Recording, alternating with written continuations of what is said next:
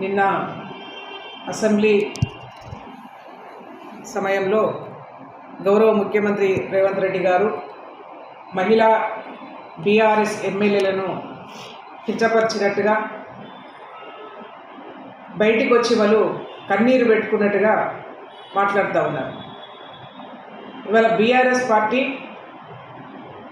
ఆడలేక మధ్యలో ఓడ అన్నట్టుగా చేస్తున్నట్టుగా అనిపిస్తూ ఉన్నది.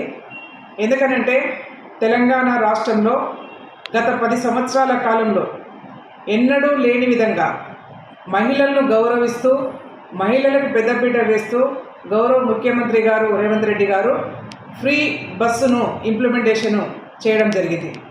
ఆ పథకం వల్ల అనేక మంది మహిళా సోదరీమణుల వల్ల ఎక్కడికి వెళ్ళాలనుకున్నా ఫ్రీ బస్తోని వాళ్ళు స్వేచ్ఛగా ఎక్కడికైనా ప్రయాణం చేయగలుగుతూ ఉన్నారు.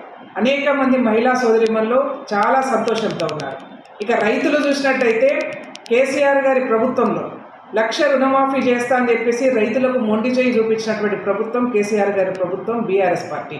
అదే ఇవాళ రేవంత్ రెడ్డి గారు కాంగ్రెస్ పార్టీ ప్రభుత్వంలో 2 లక్షల రుణమాఫీ ఏకకాలంలో చేసి ఇవాళ తెలంగాణ రాష్ట్ర వ్యాప్తంగా రైతుల యొక్క మన్నలు పొందుతున్నటువంటి పార్టీ కాంగ్రెస్ పార్టీ. వాళ్ళ అంటే ఒక రకంగా మాకు ఏమర్థమవుతుందంటే బీఆర్ఎస్ పార్టీ వాళ్ళకు తెలంగాణ రాష్ట్రంలో జరుగుతున్నటువంటి పథకాల యొక్క ఇంప్లిమెంటేషన్ ఏదైతే ఫ్రీ బస్సు కావచ్చు, రైతు రుణమాఫీ కావచ్చు, డిఎస్సి వేయడం కావచ్చు, ఇట్లా అనేక పథకాలు వేస్తూ ఉంటే ప్రజల యొక్క మనను చూరగొడుతున్నటువంటి కాంగ్రెస్ పార్టీ మీద లేనిపోని బురద జల్లే ప్రయత్నం ఇవాళ బీఆర్ఎస్ పార్టీ చేస్తున్నట్టుగా అనిపిస్తూ ఉన్నది. దాంట్లో భాగంగానే ఇవాళ ఆడవాళ్ళని చివరికి ఏంటంటే అసెంబ్లీలో ఉన్నటువంటి ఆడవాళ్ళను సైతం వాళ్ళు రాజకీయం చేసే ప్రక్రియ మొదలుపెట్టినారనిపిస్తూ ఉన్నది.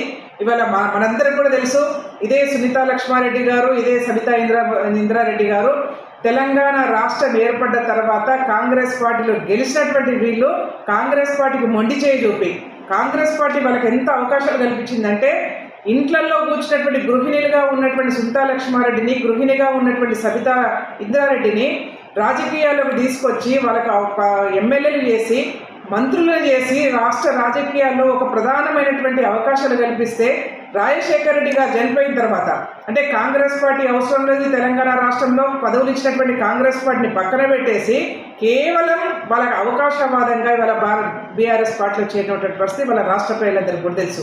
ఆ రోజు సబితా ఇంద్రారెడ్డి గారు కాంగ్రెస్ పార్టీ గుర్తు మీద గెలిచి బీఆర్ఎస్ పార్టీలోకి వెళ్ళి అక్కడ మంత్రి అయినప్పుడే ఇవాళ ప్రజలందరూ కూడా ఈసరించుకున్నారు. ఎందుకంటే వాళ్ళకు అనేక రకాల